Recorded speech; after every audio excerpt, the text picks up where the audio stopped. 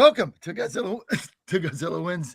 I'm John Fredericks. I'm your host today, and I am sitting in for Mitch Rogers, who's got some family obligations on Easter. Happy Easter to everyone!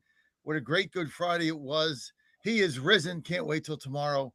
Biggest day in the history of the globe ever is Easter Sunday. Joining me now, it looks like just Vince Mayako is with us. Coach, thanks for joining us. So it's not a one panel. We're waiting for, I guess, Dan Hobgood finishing up his show with Killer Carl. He should be in studio, so they're getting him set up. But Vince, right now it's just you and me against the world. Coach, the old ball coach, Vince Mayako, great to have you. Thank you, John. He is risen indeed. I know it's such an exciting day. Just yesterday at 3 p.m., I guess that was Middle Eastern time, is when Christ died on the cross for our sins. And then on the third day, he rose again, which is, of course, Easter Sunday, when the angel Gabriel came down and put the two guards, gave him a little nap there, and moved that rock out of the way. And Jesus Christ, our Savior, got up and strolled out. So kind of one of the most amazing scenes in the. I mean, it is all about the world. Is those 3 days? But Vince, good to have you with us. Your Giants finally won a couple games, so that was good. Your Tennessee Vols, former Tennessee Vols baseball manager with no major league experience, got off to kind of a tough start there. First 3 games, 0-3, scored 1 run in 3 games.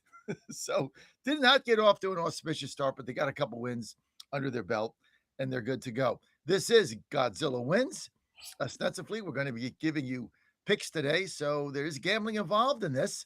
So we ask everybody to gamble responsibly. Only gamble for entertainment. If you're going to bet on your favorite sports platform, whether it be FanDuel, DraftKings, Caesars, MGM, whatever that may be, Hollywood Casino, whatever it is, Hard Rock Cafe, there's so many of them out there. Whatever it is, you want to bet responsibly.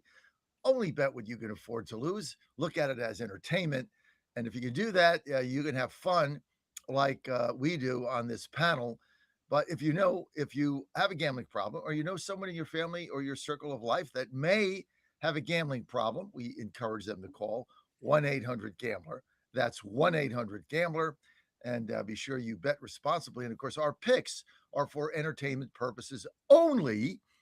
And to get our picks, that's really easy. All you got to do is go to GodzillaWins.com. GodzillaWins.com. You know, Al, we need to be putting that graphic up for Godzilla Wins, because since I brought it back, Al, there it is. There's Al, man, Johnny on the spot ski. There's our graphic. If you're on TV or any of our social media platforms, daily picks. Let me see. I didn't have a good night last night. I lost both my hockey bets, so less money in my account today than there was. Actually, Al, you got to update that. So when you put in the daily picks, that's got to get updated. But you can go to GodzillaWins.com, get our picks there. Vince is there. I'm there. Who else is there? Statler. Mitch is 0 for 5. So you want to fade him. Mitch, you got to make your picks so we can fade you and make money. Just go to GodzillaWins.com, GodzillaWins.com. And of course, Godzilla Wins is brought to you by WV Sports Nation, our #1 website in West Virginia. Everybody loves WV Sports Nation, because if you're in West Virginia and you're following any West Virginia sports whatsoever, you want to go to WV Sports. It's WVSportsNation.com. We cover everything there. We're good to go. WVSportsNation.com. We got an app coming out. I think it's about 2 weeks away. So that's going to be a game changer on WVSportsNation.com. You want to download our app. So also joining us, Chris Saxman, back from Dallas, got his Pirates hat on, as he should. Pirates with a big win yesterday.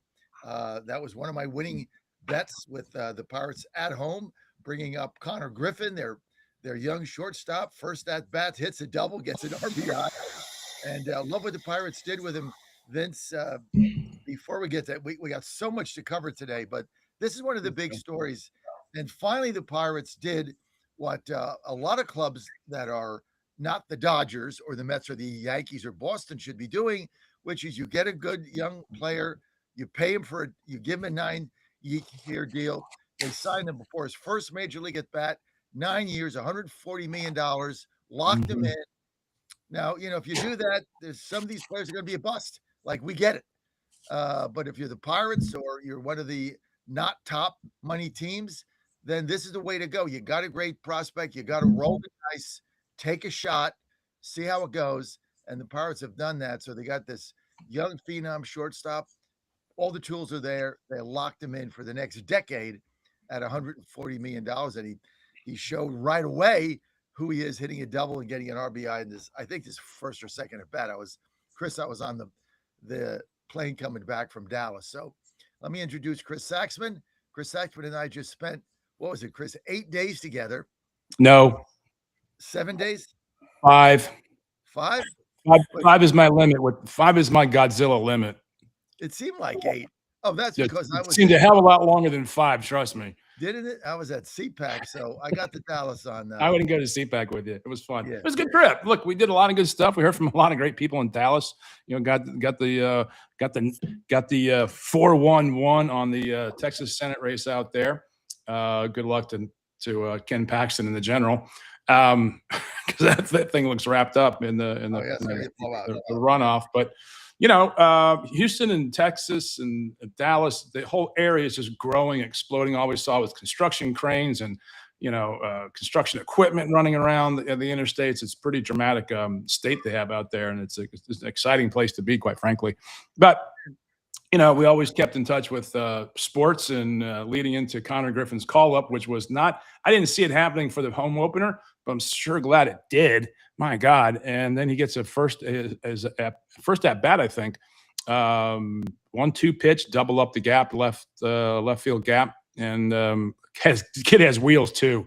That guy was fast out of the gate. I don't know, Coach, if you saw him out of the box and getting to second base for the double. He's going to be stretching a lot of those singles into doubles this year, I think, because the way the major leagues are playing so far back to cut off the doubles. I think he's going to try to extend some down the line into singles down the line into doubles. It's pretty exciting to see Connor Griffin. But the Pirates win 5-4 over the Orioles, closed it out. Soto closed it out. I think you're just going to see a much more well-rounded team by the Pirates this year, and it's getting exciting to be a Pirates fan again. Well, I know, and looking at that, I got to give a shout out to Saxman though on this bus tour. We go on these bus tours. I got to Dallas a week ago Tuesday, so I was there Tuesday through Friday the next week. I guess that's about 12 days with CPAC. But I gotta compliment you, Saxman. You hung with the big dogs. I'm telling you, he was there at 5 because we're on Central Time. Then Saxman was there at 5:30 every day. Now, it's one thing to get there. I get there, I obviously it's my show, so it's a little bit different. I have to be there. But it's one thing to get there, like, maybe one of my guys do, and they roll out of bed and put a pair of, jeans on.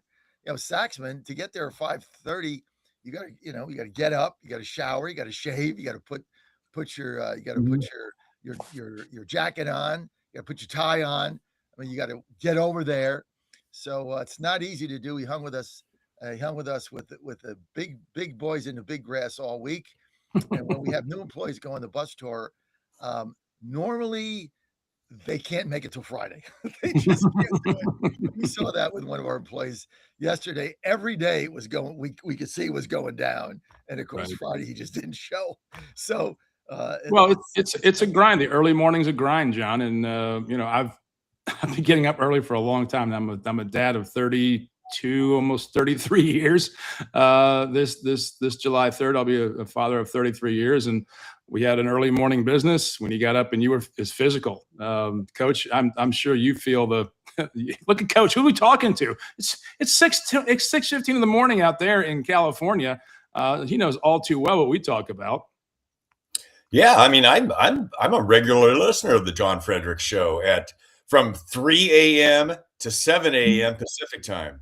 Wow. So, that's gutsy. Not that I get up just to listen to Godzilla at 3 a.m., but I'm also up early because I'm preparing for our baseball workouts, early morning workouts, and had a chance to listen to the bus tour this last week in the Metroplex, and got a chance to to hear some nice the representative that you talked to yesterday, John, she was quite impressive. Beth Van Dyne, it's interesting you say that, because when I got home, Ann and I were having dinner, and she said, I heard the show this morning, and that she said that Beth Van Dyne was unbelievably impressive. Yeah. So, and for Ann to say that, I mean, she, actually tunes it in. You hear all these politicians, but she thought that that young lady was extraordinary. So, now, with the politicians you ran into this week in Texas, did you quiz them on whether they're Ranger or Astro fans? Yes, every single one. First question out of the gate. Yeah, the first one.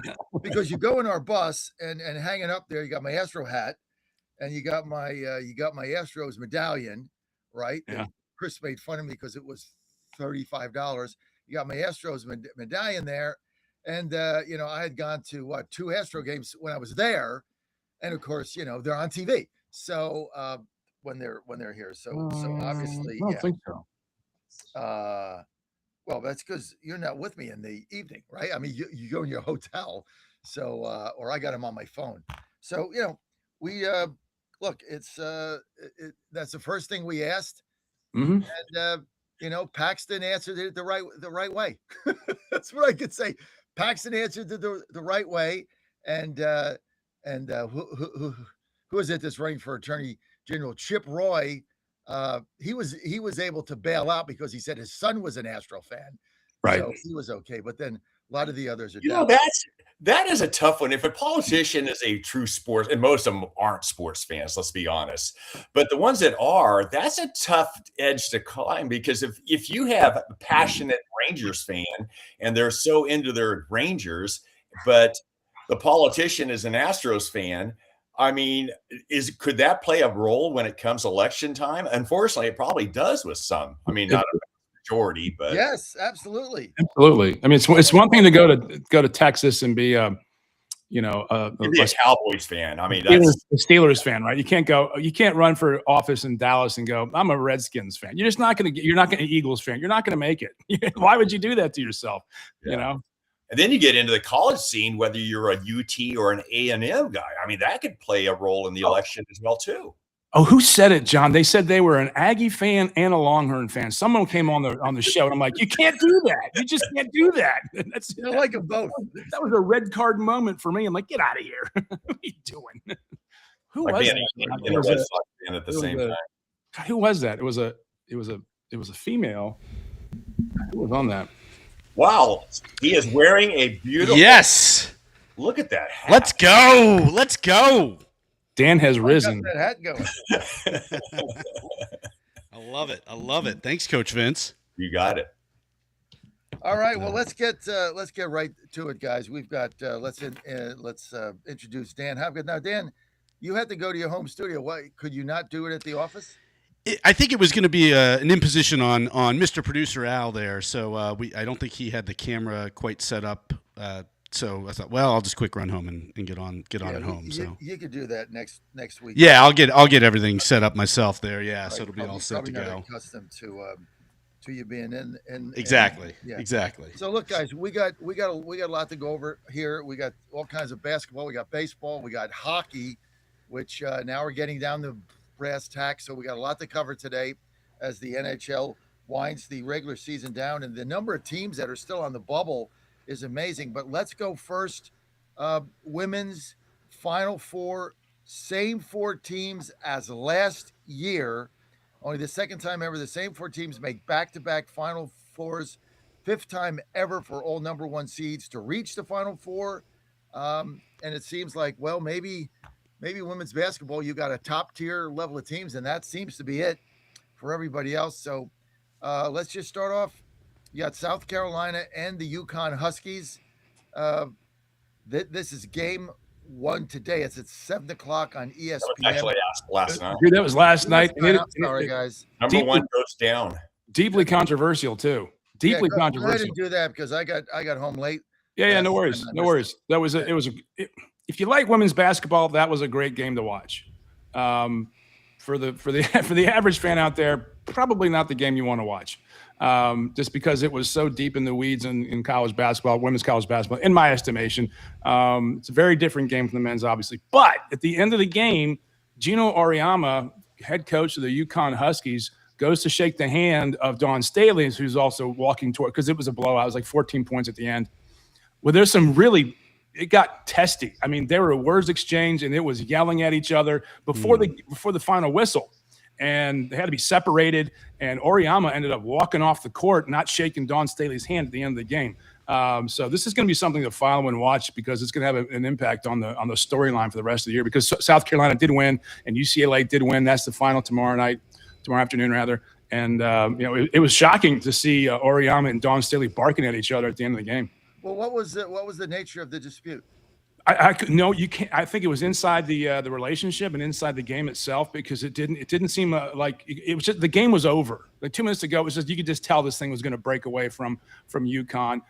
South Carolina hit the free throws down the end to put it away and extend the lead, and UConn just went flat cold. Had some turnovers. It just got ugly quick.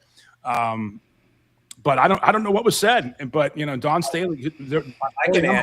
I can jump in there now. When I listened to Gino's post game press conference, and he said it stemmed from before the game.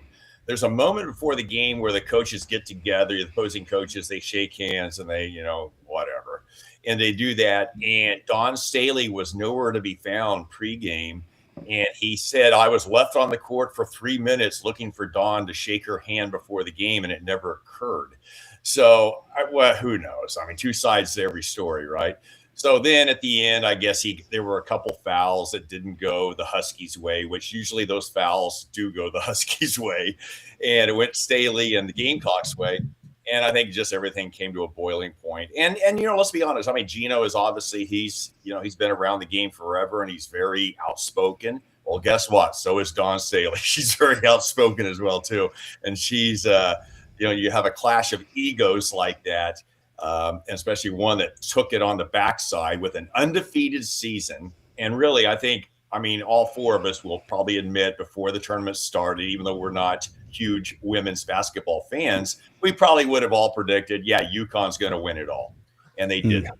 And that's the one thing with women's basketball I've noticed, and it's just not a recent phenomenon either. It seems like the vast majority of the number one seeds in college women's basketball end up making it to the Final Four. You might have a rare occurrence where there's an upset. I guess the big upset would have been last night. But once again, two number one seeds, right? And men's basketball, you'll see some upsets along the way. You have a two number ones in the Final Four, and the other one's a number 2 and a number 3. And you'll have some of the shockers along the way, the VCUs, the George Masons, things along that nature. But women's basketball, there is clearly a group of about 4 to 6 programs that are right up there, top shelf. And the fall from that level to the next level is pretty dramatic. Yeah, I agree with you, Coach, on that 100%. And I guess it was something before the game. But, honestly, for Gino to bring it up at the end of the game like that, kind of Here's a quote from Staley after the game. I have no idea what happened, Staley said on ESPN, but I'm going to let you know this. I'm of integrity. So if I did something wrong to Gino, I had no idea what I did. I guess he thought I didn't shake his hand at the beginning of the game. I didn't know. I went down there pregame, shook everybody on his staff's hand. I don't know what he came with after the game, but hey, sometimes things get heated. We move on. And that's not something you bring up at the end of the game with a final second to go on as you're inbounding a ball. I mean, why would you bring that up? Why would you be ticked off at that, Gino? I don't get that. That's kind of petty. It's strange. It's just petty. It's like you're jacked up in the game. Your emotions get away with you, but you're Gino Auriemma.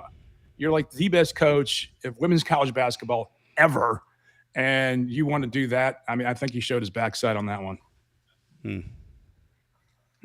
Frankly, because everyone's like, "What the hell?" It wasn't a close game, but apparently he's complaining that Dawn was getting calls and she was getting her edge with the referees.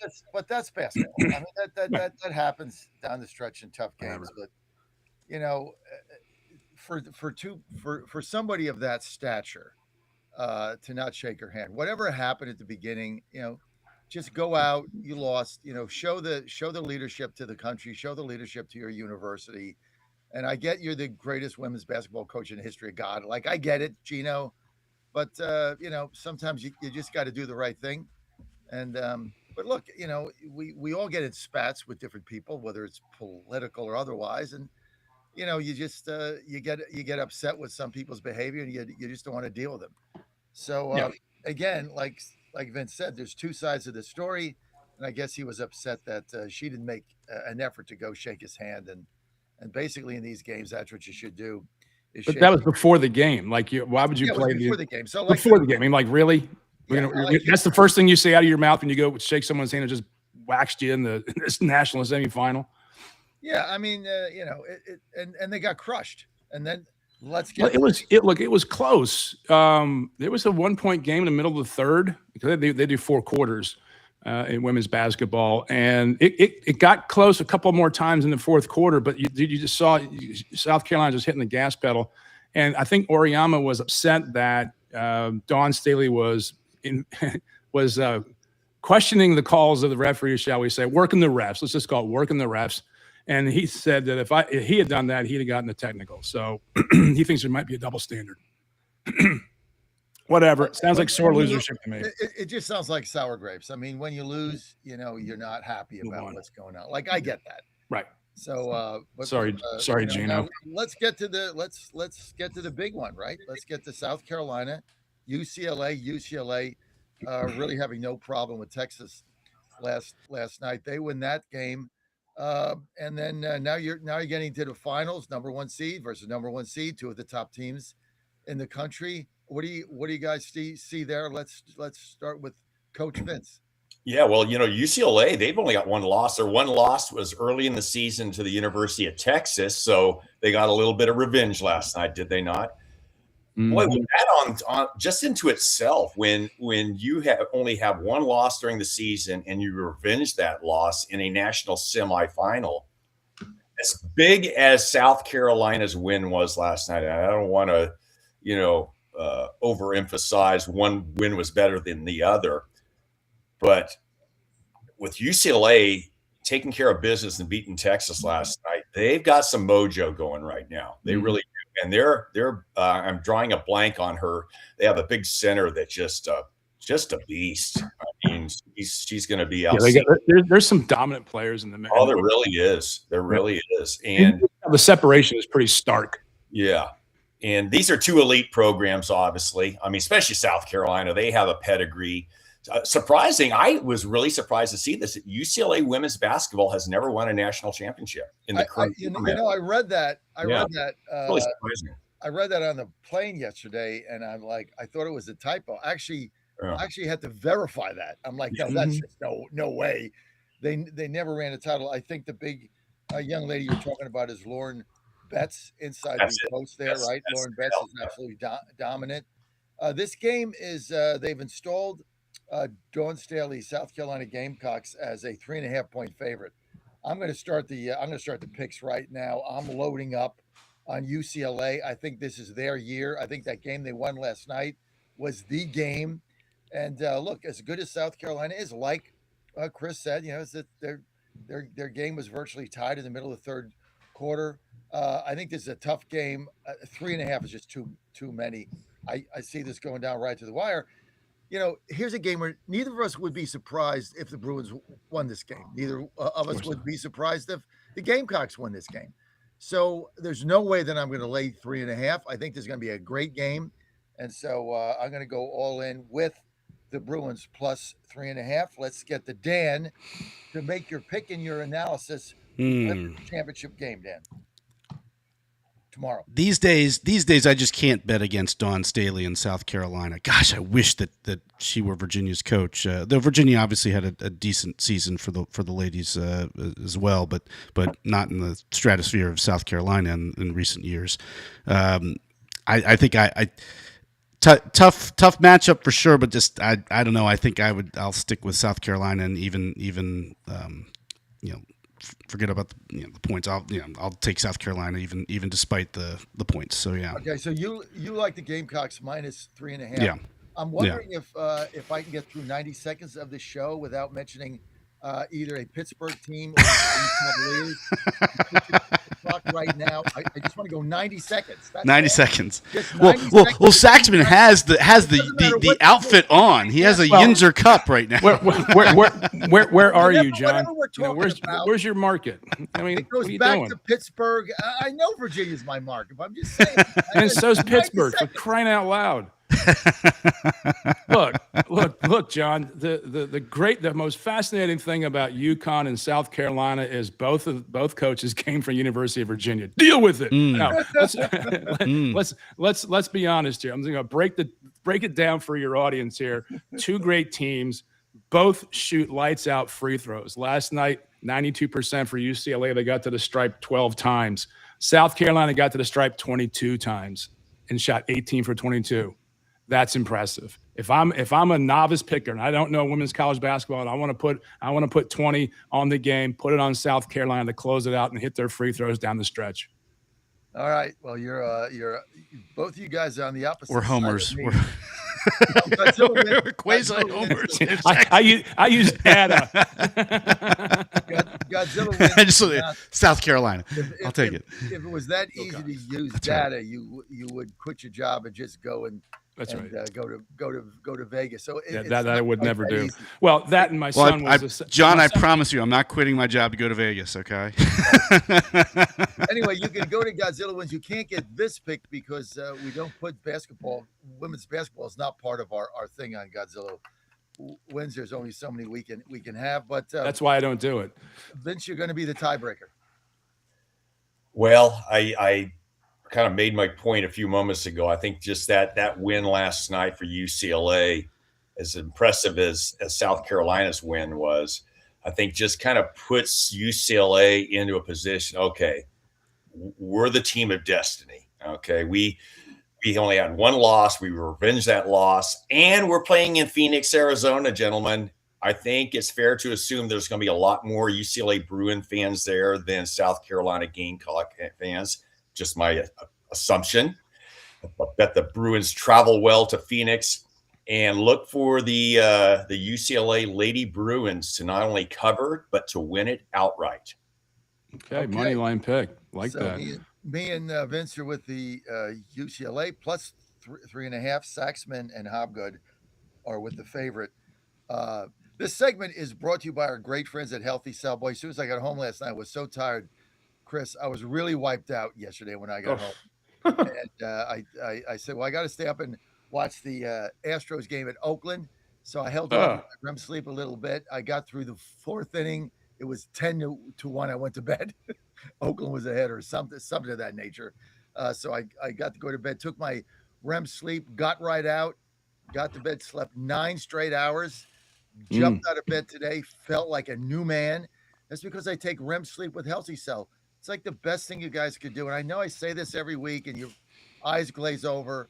If you're not taking it, you're depriving your body of one of the most important aspects of health, which is deep sleep. And that's what REM sleep does. Go to healthycell.com, promo code Godzilla, 20% off.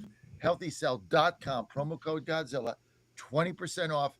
15 minutes before you go to bed, tear it off, down it. It's in a gel form. You're going to be out. You're going to sleep like a baby. You're going to dream. But that's what you want. You want to get into that fourth level of REM sleep. And it's going to be a game changer for your life and for your health.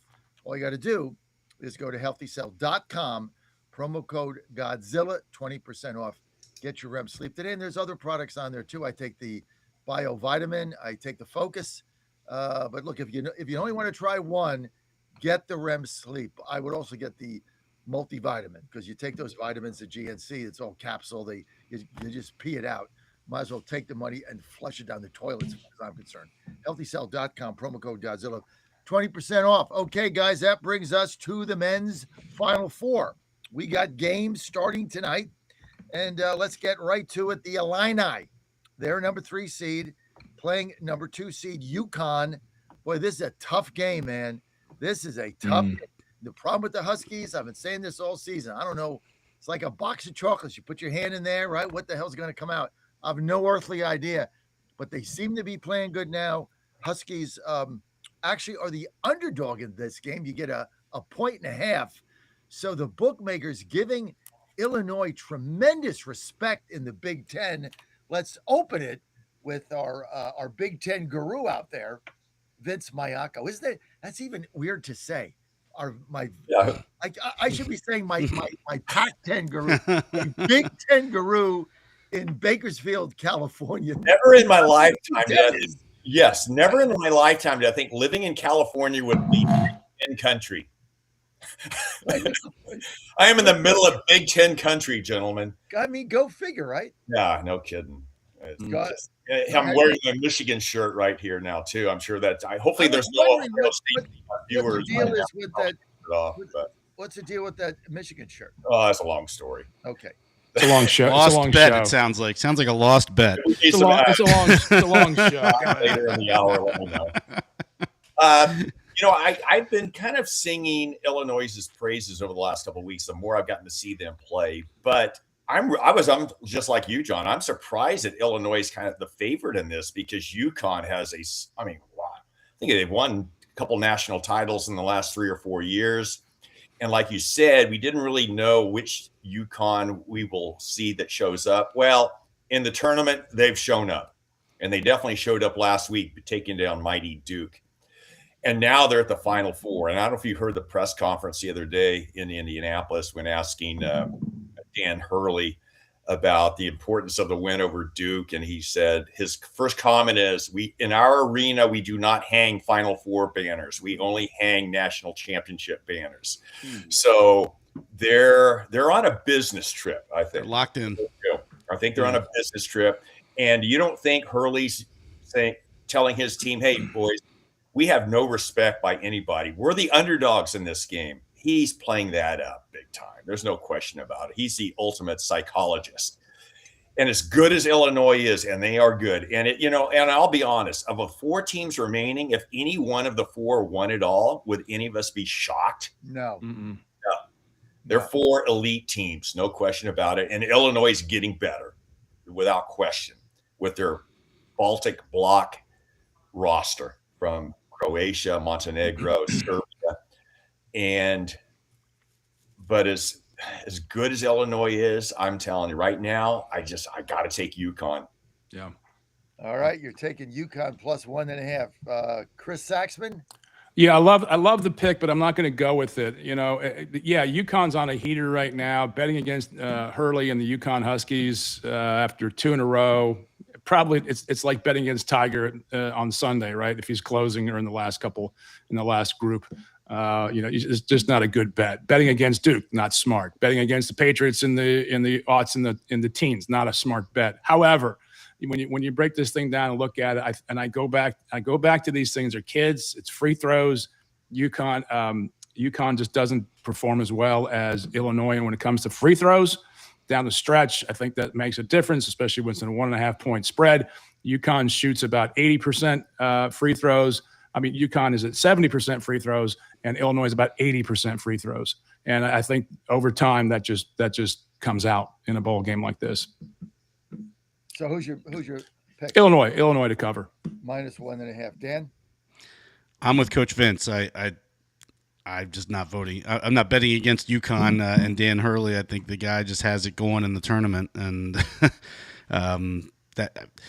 while on the one hand, I think pretty disappointing, devastating loss for Duke last weekend. Pretty impressive comeback win for the Huskies and Coach Hurley.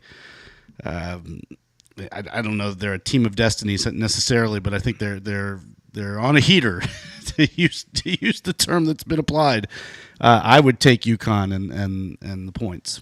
I love Illinois plus minus 1.5. I just think they're a better team. UConn shouldn't be there. Down, 21 or something. Down 19. Throws up a ball from half court, goes in. My opinion, they shouldn't be there. They're an inconsistent team. Illinois, Big Ten, consistent throughout. Just a steady team. I don't think they get down big. I don't think they get up big. I'm going to take them down the stretch. So we're split here.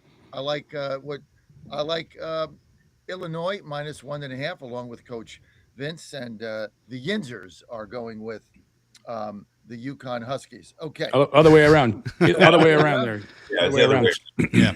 Coach Hey, Vince and I are taking a little bit UConn. about Illinois sorry, too. guys. We I think last week we may have talked this about Illinois and how they really have an international flavor to their team.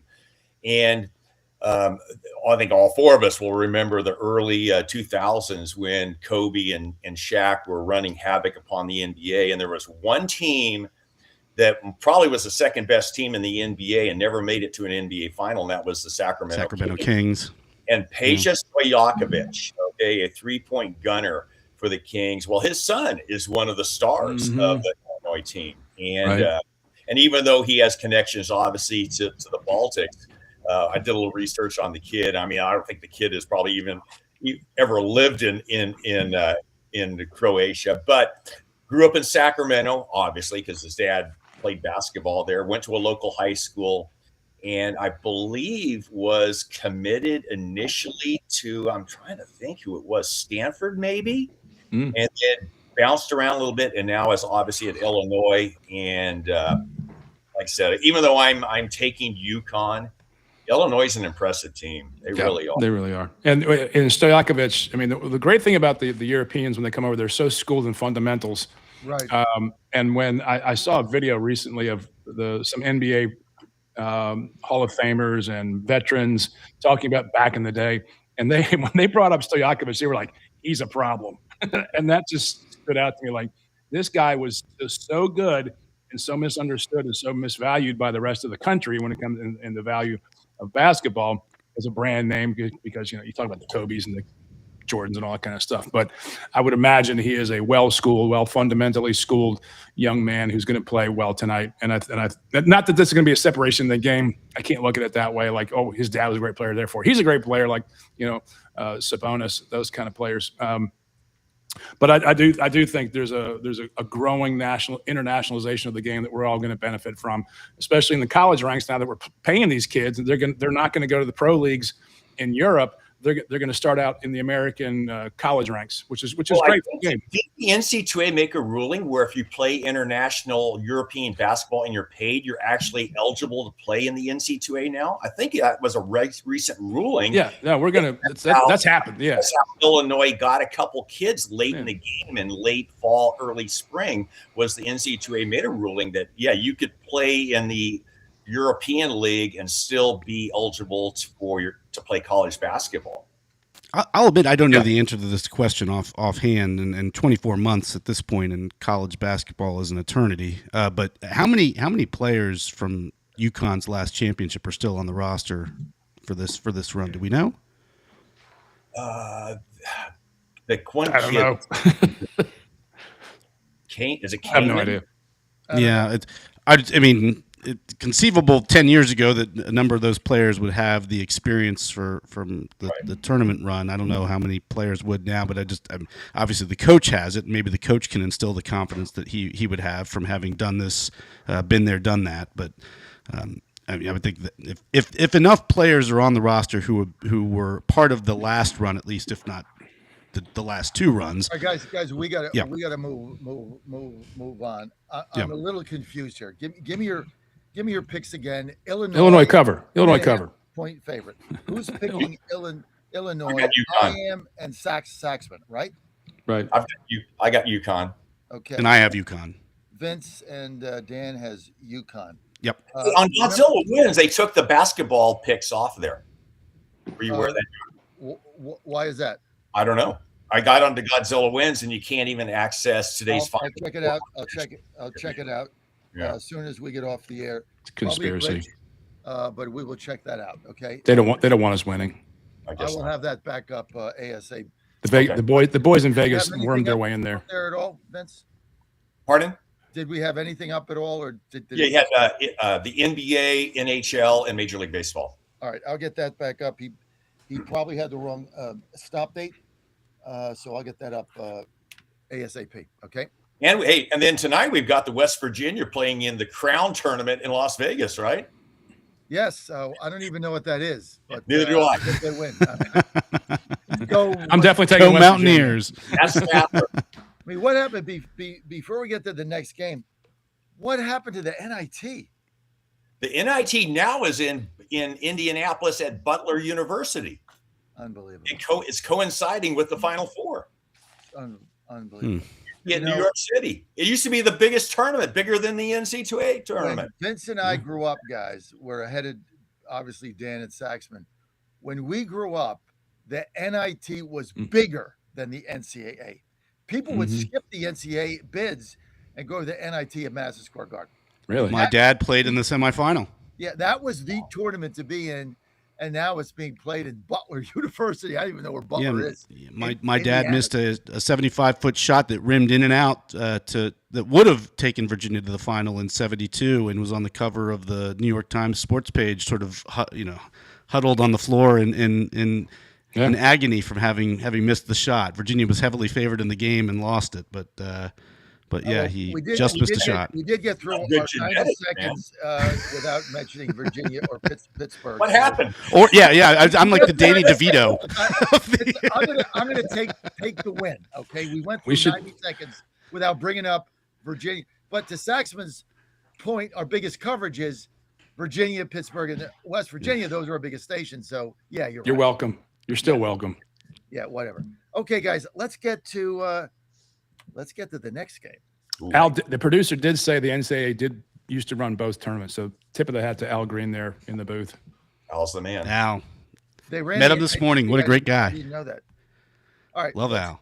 Let's get to, thank you, Al. Let's get to, let's see, NBA isn't even on this thing. Okay, good. I'm just kidding, Al. Just kidding. Don't get upset. Let's get to Michigan, Arizona. Same thing. We got a 1.5. Arizona plus 1.5. I don't know how do you bet against Arizona? This is the most balanced team. I mean, they're crushing everybody. They look unbeatable, as good as Michigan is. I mean, I know you got your hat on. Dude, he even looks like Jim Harbaugh right now. He really glasses does. And everything. Do you have some khakis on there, Coach Finn? I am wearing I'm going to bet. I'm going to go with Arizona. As good as Michigan is, I mean, this Arizona team is unbelievable. I just can't bet against them. And I'm getting a 1.5. I thought I was going to have to lay like 2.5 or 3. I'm getting a 1.5. So I'm gonna open the panel. I love the Wildcats here. Plus 1.5. We'll go to Michigan man. Vince. I am a Michigan man, even though I never graduated from the University of Michigan. I'm a Michigan man because I hate Ohio State. Well, that's strong. That puts me in a good position. Hopefully, we're not viewed in the state of Ohio. We are. We probably just lost some ratings, but that's okay. It's John's show, not my show. We don't care. But anyhow, Michigan. Hey, when we get to here. Here's my thought process. I've always thought this. Why don't they reseed when they get to the Final Four? Because on one side of the bracket, you got Michigan and Arizona State, both number 1 seeds, and no knock against the other side, but you've got a 2 and a 3. And to me, this national semifinal has the makings of the national championship game, Michigan, Arizona. And as much as I love Arizona, and I really do, to watch what Michigan has done all season, they went 19-1 in the Big Ten tournament, in the Big Ten this year, and won their tournament. I mean, and I think you can make the argument Big Ten was the best basketball conference in America this year, and to go 19-1. No knock against the Big 12. Big 12 is a great conference, but man, you go 19-1 in the Big 10 and you make it to the national semifinals.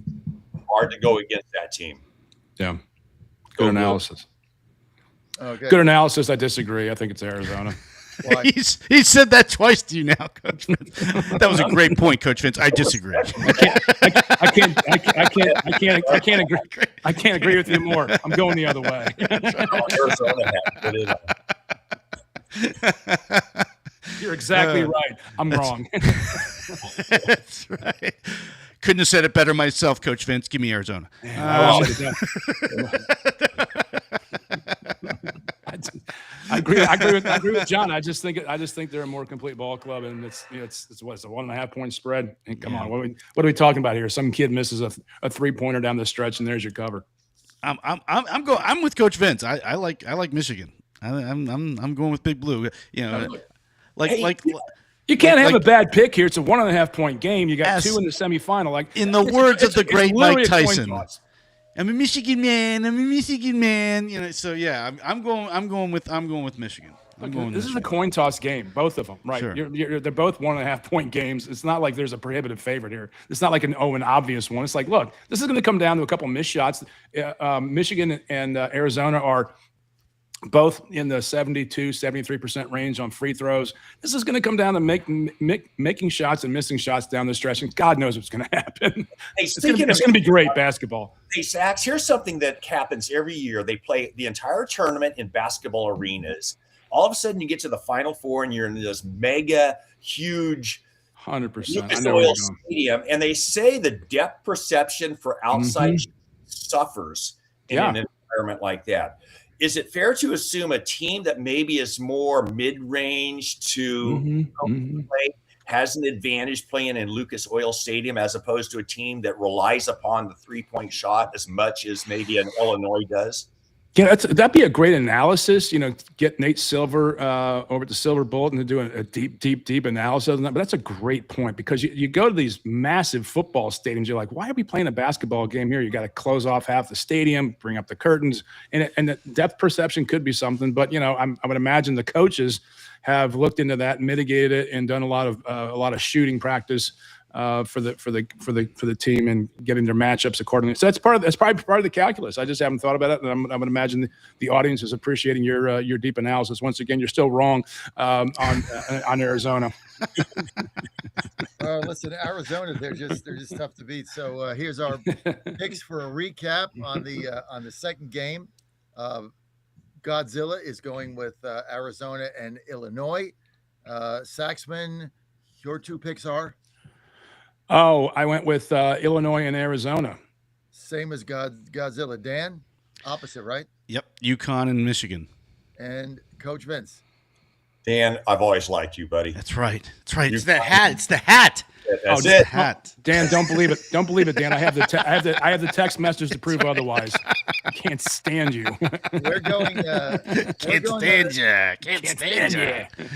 Starting next weekend, we got another bus tour going on for 11 days throughout Virginia, and you know when I'm doing that, you know I'm going to make some key stops right around my favorite place to go, Rosie's.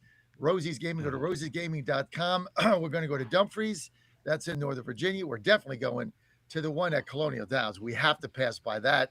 I'm going to be checking that out. Richmond, right by the studio. Obviously, we'll stop in there and see all the good work that Dan has done. He understands he's cleaning the studio up. He sent me some pictures.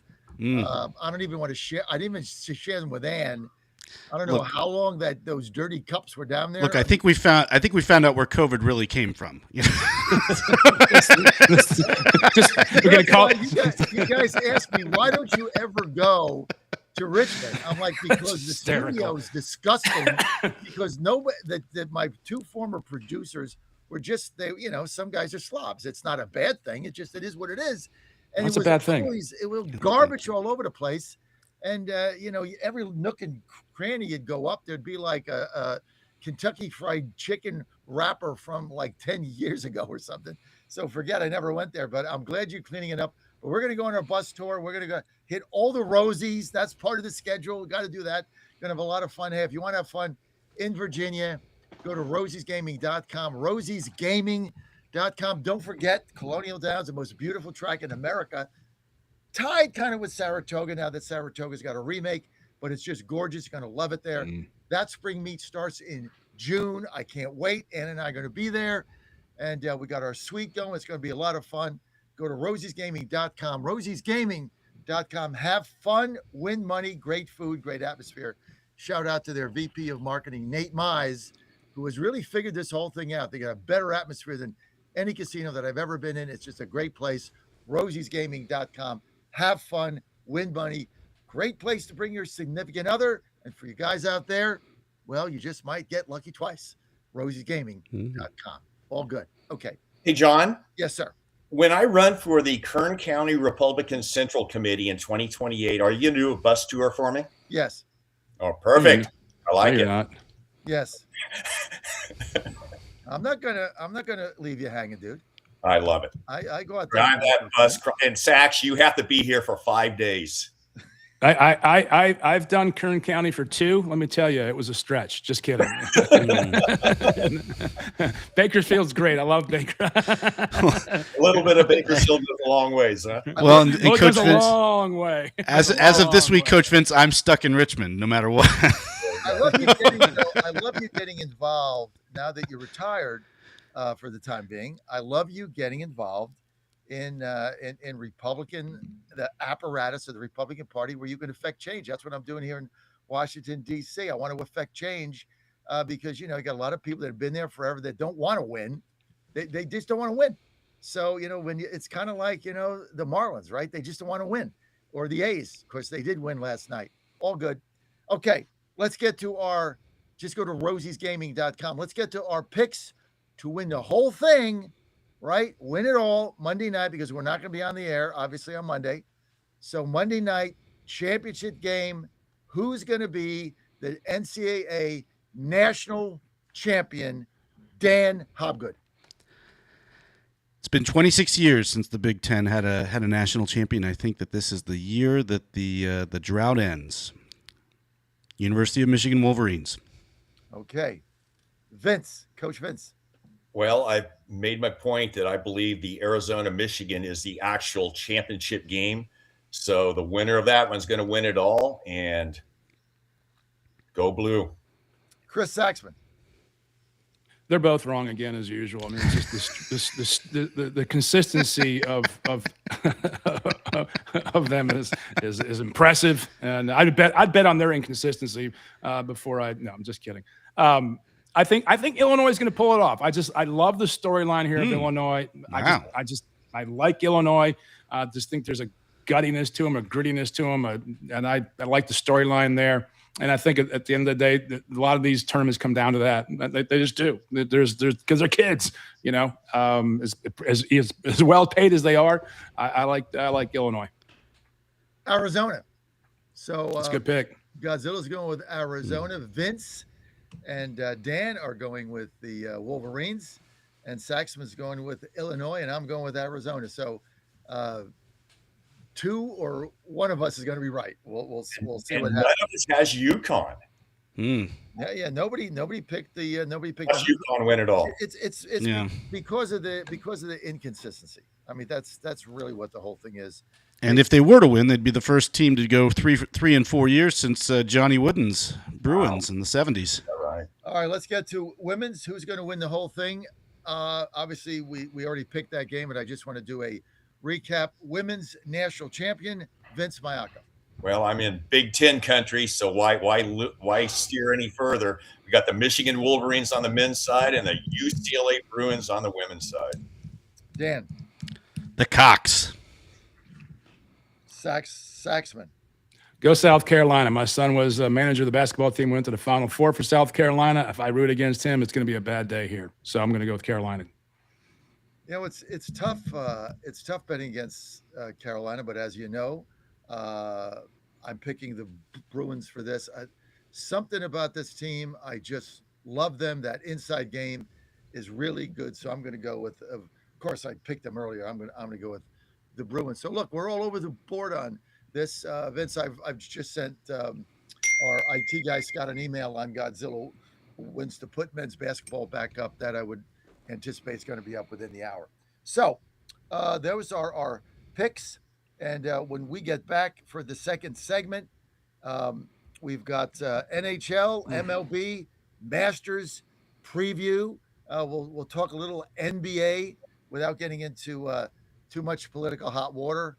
Although, just very quickly to get this off our plate, the young fella, the point guard for the Bulls that got cut. They said because they didn't like some of his social media comments, because he's a devout Christian, he's a Catholic, and they said he didn't meet the values of his team because he didn't agree with Pride Night, and they cut him. We had a long narrative about this on a regular show, which is political. I've got my feeling on it is whoever the owners are of the Bulls, they have a right to fire whoever they want. It's a private company. I would just say that would seem to me that if it was the exact opposite, they would have given a contract extension. So that is the hypocrisy of the NBA. I don't think they're going to recover from the nonsense that's going on, guys. And I don't want to bash it. I don't follow it. You can't find the games. You can't find a game. So they got all kinds of issues. I don't see the league's viability going forward. But I guess Adam Silver has decided that this is their best option to gain a fan base. I got 2 minutes if somebody wants to weigh in. Well, you hit the nail on the head, John. I mean, they have the right. They're a private company. They're not public. But guess what? As a potential viewer and watcher of the NBA, they've totally lost me. They've totally lost me. Well, the league is still viable. It's still growing. It's going to grow internationally. It's a vessel for shoe company sales, as we've discussed in the past. Let's not kid ourselves what the marketing aspect is here. But to Vincent's point and to John's point, you're losing potential viewers. The bullshit is just said, the man's entitled to his opinion. We're going to move on. But if they're going to say, he's going to be cut from the team because we're going to cut him because he doesn't represent our values, then you bring values into the conversation versus the quality of the product on screen. So at the end of the day, I'll pass. I've long been concerned about the quality of the game in the NBA, the traveling, the carrying of the ball. It's an otherwise very impressive sport, but at the end of the day, with all the different options we have to watch on television throughout the year, this just makes you go, no, thanks. I'll go somewhere else. Dan, you have a opinion on it? What's the NBA?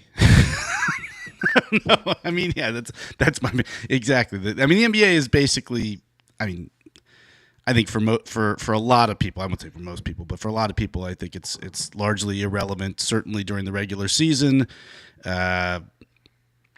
maybe a distant third, if not potentially fourth, with hockey on the rise in a lot of markets. This can't endear the sport to the average person, the average viewer, and it's not. They're not trying for it. They know who their market is. They know who their market is. Yeah. It's not the guys on this screen. Okay. No, it's not. It's not the guys on this screen. I think they nailed it. And they're a business. They've got a right to do what they want. I've got a right not to watch it. Right. And I'm just not. I mean, I used to watch Rockets games, Ann and I, and Joe all the time. And Jack was a big Rockets fan. We've been to the arena there several times. Joe got an autograph the last time we were there with some of their best players. I think Harden, invited him over to his table at some bar or restaurant, that we were at. So, I watch it all the time now. I just don't. And I think it's the double standard. I mean, the Babylon Bee had a thing out the other day, and they said, in order to I saw this. Yeah, NBA says in order to revitalize whoever the player was, he needs to beat up his girlfriend and pull her down the elevator by her hair, and then reinstated. And I mean, it's tongue in cheek, but you look at Ray Rice and the Ravens beating his girlfriend up, dragging her by the hair down an elevator, and he goes back to spring practice. They all come out and he gets a standing ovation. I mean, I just don't get it. Well, the thing is with this, in NBA, here we're talking about March Madness, which captivates the country for an entire month. Everyone in every office fills out a bracket pool, right? Very few people care about the NBA, relatively speaking, because it doesn't translate to the average viewer, the average consumer. And that's what the NBA is probably missing here is from a marketing standpoint. And if they change up their playoff format, talk about load management, all these different things. I think they ought to do something different with their playoff system and try to capture the imagination of the average viewer who can turn in and go, I get this. I can relate to this. Because when you do these things, the average viewer just doesn't relate. And they're going to go, why don't... We're top of the hour. We'll pick this up when we get back. I'm 2 minutes over. Al, my bad. Sorry about that. That's why we need to get Mitch back to host this show. We're going to be right back for hour 2 of Godzilla Wins. West Virginia Sports Nation gives you a top-of-the-mountain view of the Mountaineers sports landscape. See what's happening in all the sports, far beyond football, basketball, and baseball. Gymnastics, track and field, rowing, swimming and diving, golf, volleyball, tennis. More sports, more stories. If the Mountaineers play the game, WVSportsNation.com has it covered. Up-to-date and insightful articles written by Mountaineers for Mountaineers Nation. WVSportsNation.com. WVSportsNation.com. WVSportsNation.com. The best part about waking up in the morning is a great cup of coffee, and I get this every day with my 1775 coffee. It's rich, it's bold, best tasting coffee I've ever had. Single origin, farmed in Bolivia, 7,000 feet. It's always fresh, roasted daily. This is the best coffee you're ever going to get. Go to 1775coffee.com, 1775coffee.com. Promo code Godzilla, 10% off. It's going to make your day every day.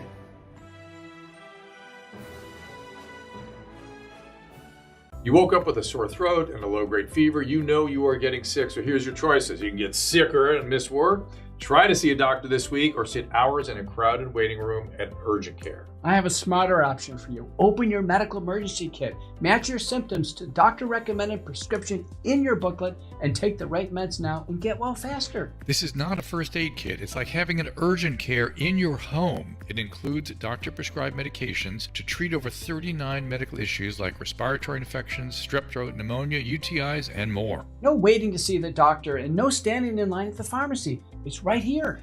Every home should have at least one medical emergency kit, and here's how to order. Order online fast and save $45. Your kit with prescriptions to treat common and life-saving illnesses is rushed to your door. Visit twc.health/Godzilla. Promo code Godzilla. That's twc.health/Godzilla. Promo code Godzilla. John Fredericks, your Godzilla of truth, fiercely independent. No ties to Wall Street, I promote Main Street. The John Fredericks Media Network, privately owned and operated, on top of the issues on air and online. Trucking the truth every day for 14 years. The John Fredericks Show drives your morning, weekdays 6 to 10 a.m. Eastern. The only independent White House correspondent with live reports from the White House. Hit JohnFredericksRadio.com. Watch at JFMN.tv. John Fredericks, your Godzilla of truth. Who's going to stop me now? Nobody. John Fredericks, he's America's Godzilla of truth. All week long, he's world-renowned for his proficient proclivity to prophesy the people's political picks with pinpoint precision. Yeah, baby. Then, on the weekends, he gets with the guys that are pretty wise, and Godzilla wins. Godzilla Wins, the sports picking show for winning dough. Money lines, parlays, over-under, the best plays. You choose the game, Godzilla picks the winners. Get expert analysis, exclusive insights, and have a little fun. When the game is on your mind and money's on the line, Godzilla Wins is your guide to picking winners. Godzilla Wins, on the screens of your TV and favorite devices, commanding radio airwaves far and wide. Before you make that play, hear what the Godzilla crew has to say. Presented by WestVirginiaSportsNation.com, it's time for Godzilla Wins, all across the John Fredericks Media Network. Oh yeah, for entertainment purposes only. Okay, guys, you're back. Hour 2 of Godzilla Wins. This is the hottest sports show in America. Go to Godzilla Wins. Go to all of our networks for Godzilla Wins, and for our sports picks, go to GodzillaWins.com. GodzillaWins.com. It's back up there. We're ready to roll. We got picks. We got me. We got Coach Vince. We've got Logan Powell's trying to get in there. We got Brendan Stowler. We got Mitch Rogers. And we got the old ball coach. So it's all up on Godzilla Wins. Go to GodzillaWins.com, GodzillaWins.com. And, of course, Godzilla Wins is sponsored by WVSportsNation.com. Our app coming out pretty soon. Go to WVSportsNation.com, WVSportsNation.com. And remember, our picks are for entertainment purposes only. If you do gamble, like I do, and some of us do, on your sportsbook app of your choice, make sure that you gamble responsibly. Lose only what you can afford to lose under entertainment. And this is for entertainment purposes only. And so is Godzilla Wins. And so if you want our picks, you can go there. And if you or someone you know has a gambling problem, all you want to do is go to 1-800-GAMBLER. Call 1-800-GAMBLER. That's 1-800-GAMBLER. And, you need some help, get it there. This is for entertainment purposes only. So always remember that and bet responsibly. Logan Powell joining us. He still hasn't figured out how to get into Godzilla Wins. This guy's getting a college degree. He's trying to get a job. I mean, he's like social media savvy, and he can't figure out how to get on our site. Maybe Coach Vince, even though you're 40 years older than him, maybe you can coach the youngin through how to get on the Godzilla. I think I've done a good job. He's a Taft College Cougar wearing that hat. I tell you, you talk nice about a hotbed. I've got the state of Virginia and West Virginia in the grasp of my hand. So any of you 17 and 18-year-old high school juniors and seniors that want to head west and find a nice JUCO, that's right. Look no further than these two guys That's right here. That's right. Go Taft. You got boots on the ground for recruiting in the DMV area, Vince. There we go. Did we lose Saxman? Is he gone? We booted him off the. You booted him off. Okay, so there he's back. And he's back. You're wondering where Saxman is. Okay, here's our panel for the second hour. We got the old ball coach, coach of Taft College baseball. Vince Mayako is with us from Bakersfield. Logan Powell, senior contributor to WV Sports Nation. Go to WVSportsNation.com. Also a student at West Virginia University, graduating in May, and hopefully he'll get an opportunity with our company. Also with us is my executive morning producer, Dan Hobgood. Got through his first week. He didn't quit. He's still here. And we were wondering if you were going to make it. If you make it your first week, Dan, you got a shot here. That's right. That's right. Anyway, I have to say that I'm going back to the studio this afternoon to continue with my work. So yeah. Ann was complimenting you when I got home last night that what a great job you're doing, and so you're good there. Happy Ann, happy Dan, as you say. Yep. And also the one and only indelible Chris Saxman is with us. Yinzer, Pirates, Steelers, Penguins fan, and also contributor here to Godzilla Wins, and a contributor to the John Fredericks Media Network as a whole. Just got off the bus tour with him. Now we're trying to wrangle him into another one in Virginia. So I'm sure he'll be gracing us with his presence there. Now, we'll see. We're fired up for hour two, and I'm pumped about the NHL. Like I've become such a hockey fan because of what the NHL has did, the management there, really get the whole thing. And we got what, 5 games to go. And there are amazing playoff opportunities. And, in the old days, what was wrong with the NHL is like everybody made the playoffs, but like 5 teams. It was like ridiculous. Now everybody's fighting to get in. They've tightened it, but there's such parity there. So check this out. Okay. Check this out. The Eastern Conference is like a gunfight at OK Corral. Here's what going on right now. We got 2 teams fighting for the wild cards that have 2 wild cards in the Eastern Division, and that's Boston and Ottawa. The Senators, oddly enough, are fighting, and you got the Red Wings. There's 5 games to go. A point out. Islanders, a point out, got beat last night by the Flyers. I bet the Islanders took that one in the kahuna. Columbus Blue Jackets come from nowhere. They're 2 points out. Montreal Canadiens, they're still fighting. They're 2 points out. The Capitals got a shot, but it doesn't look good for them. They're in a rebuild. They got a shot. And the Flyers absolutely had to win that game last night against the Islanders. They did win it. They're on the fringe, but still need to get in. The East is a dogfight. Bruins, Senators, Wings, Isles, all basically within 2 points of each other. That's just the Eastern Conference. Then you go to the West, and of course all the conference teams are in. Wild card, you got the Mammoth and the Predators came from nowhere. Came from nowhere to now be the wild card favorite. You've also got Seattle, which is not playing well. They're on the line. The LA Kings, who I also bet last night and got beat. They got a schedule advantage. They're alive, but that game they got beat last night was not good. They not good, or the other night. And then San Jose, which was the joke of the hockey league a year ago. They were the doormat, right? I mean, when you went to San Jose, you chalked up the win. They're right there, and somehow the Winnipeg Jets are still in it, as bad as they've played. So just absolute chaos, guys. Who wants to open it? Well, this is the benefit of a salary cap league. It's great. I looked at these numbers, exactly what you talked about, John, about the amount of teams that are left for just to select one or two wild card spots. I mean, you look in the Eastern Conference, you've got Tampa Bay. You got three teams with over 100 points: Tampa Bay, Buffalo, and Carolina. And those are obviously the three, on paper, the three teams that are probably the most likely to advance deep. But help me out. Here we go. I'm going to throw it right to our Pittsburgh Penguin fans. What's the status of the health of the Penguins, primarily Crosby and Malkin? And do you see the Penguins making a deep run here? I mean, I'll go. I mean, hey, go ahead, Logan. Go ahead. The Penguins are that team where they could win. They can win against anyone, but also they could lose to anyone, especially when it comes to overtime.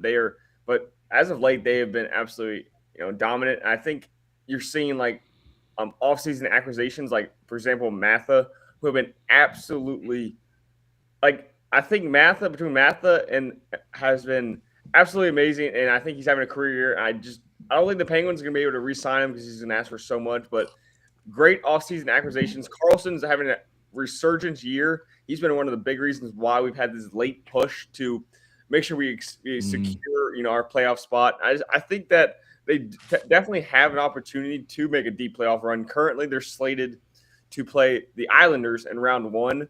So I think we play them pretty well. I think it's been pretty much neck and neck this season, but I think that would be a pretty favorable opening matchup. That would be home ice advantage, right? Yes. Right now, look, this is great. It's playoff hockey time, and we're in playoff hockey right now. They're playing. All these teams on the bubble are playing playoff hockey. It's intense. There's a different gear they all get into. Malkin on Thursday night had 18 minutes on ice. Crosby had 19 minutes on ice. To answer your question, the moves by Kyle Dubas, the GM of the Penguins, have been absolutely amazing this year. It was supposed to be a semi-rebuild. They're building for the win this year.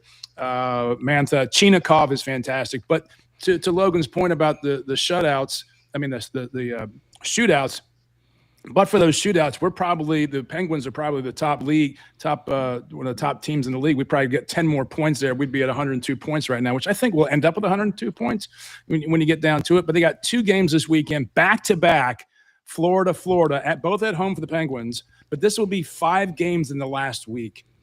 That's a lot. That's a lot of time on ice in the NHL. I've got enough. Thanks. I don't know if they win both of those games against Florida, which is having a down year, to look for the Penguins to make a deep run. Well, they won't have to worry about the shootouts after they get into the playoffs. So, you did win your last 2 shootouts. Yeah. So, as bad as they were, you did win your last 2 shootouts. But this has been an exciting season. Because teams that even at the halfway point, you really didn't think about having a shot to get in. San Jose got off to a good start, then they floundered. Now they're doing a little bit better. They're there. But the big story has got to be the Buffalo Sabres. I mean, this team. Love that. This team is just they're beating everybody right now. I said earlier on, I'm betting Buffalo every game right through the end of the season. I've hit on them. You go with streaks. They did get beat the other night. Could have clinched, got beat by Ottawa, who's really fighting to get in. But the Sabres turnaround story is something to behold. Oh yeah, they've got 11 regulation wins out of 11 regulation wins that are last in the East because they got 14 regulation losses. But they win all the overtime games and shootouts. It's incredible. They're 11-14 at the end of 60 minutes, 11-14 in the East. But then they get when they tie and get into the overtime, they win every game or they win the shootout. I don't know how that's possible. For most of your audience who might not have been following the NHL their entire lives, because heretofore we haven't had HD television where you could lock in and follow the game. My advice is pick a team and just enjoy the ride, because this is going to be a deep run. Just even if you don't have an emotional attachment to a team, pick a team for betting purposes, entertainment only, and just start putting a little bit of money on these games and watch them, because playoff hockey is so damn good to watch. It's just an exciting brand of sport, and I cannot wait for playoff hockey. You've also got to look at the Columbus Blue Jackets, who at the first half of the season were a doormat joke. Oh yeah. Right now, they're the hottest team in the NHL. I mean, they've come from nowhere, but you got a good young core. Their goalie situation has stabilized. That's kind of the same with Ottawa. Good young players, and the draft in the NHL is now becoming a thing where you got these 19-year-olds playing in the NHL and being difference makers, right? Yeah. Not the way the league has been set up, but you got a lot of these young players, and so the whole thing, folks, is wide open. Look at the San Jose Sharks, Macklin Celebrini. I mean, basically, he's taken the team upon his own back. And you look at the Sharks, and I know that our Penguins fans here would love the Sharks because that was their last Stanley Cup title. But last decade and a half, I mean, the San Jose Sharks might have been the best hockey team not to win a Stanley Cup title. And then obviously over the last 4 or 5 years, they've had some tough sledding, but they're making a resurgence. And the one thing about, I know we haven't gotten into the West, but I'm our West Coast representative here. The Sharks, the nice thing about their schedule, they have played 2 less games than a lot of the teams ahead of them in the standings. So having that extra 2 games, they can pick up maybe an additional 1, 2, 3, maybe even 4 points. And that's right in the mix. And the great thing about the NHL playoffs, the Stanley Cup playoffs, is how often do you see a number 7 or a number 8 or a number 6 seed upsetting their opponent in round 1? It happens all the time. All the time. And there's something special about postseason hockey. Oh my God. That's one of the great things about it, because you get streaky towards the end. Look, if you get a hot goalie, you got a shot. Yes, and that is the key to this, the playoff hockey. I love it. For your audience, John, I hope someone picks up a team, just starts locking in on them and watching the game and trying to understand the game. It's just a great game. And I think it's going to keep growing in the country and the nation. Who would have ever thought at the beginning of the hockey season that we would be talking here on April 4th with 5 games to go, that the Buffalo Sabres had the most points in the Eastern Conference and were the number 1 seed? Like, if I had picked that at the beginning, you guys would have banned me from the show and said, no, the guy's like delusional, right? It's unbelievable. Yeah. Hey, let's go back maybe 6 months in time. I don't know. And if you ask people who would have a better shot of winning a title, the Buffalo Bills or the Buffalo Sabres, I would say the Bills Mafia in a heartbeat. And wouldn't it be something? Okay. And Penguin fans, I'm sorry. No. It's a great storyline. Wouldn't it be something if the Buffalo Sabres won it all? Hell yeah, man. That would make my year in sports, because my son-in-law to be is a Buffalo Bills fan, and he has co-opted my daughter when they got engaged. So now she's like rooting for Josh Allen because it's her fiance is Josh too. So I got to put up with that crap. So if the Sabres win, I'm going to be dancing a jig in the streets to stick it to the Bills fans once again. Well, it could be worse teams that she adopted as a second team, I guess. But well, listen, you look at the Eastern Conference. I mean, like, you say, okay, who's going to win the Stanley Cup? Let's just look at the Eastern Conference.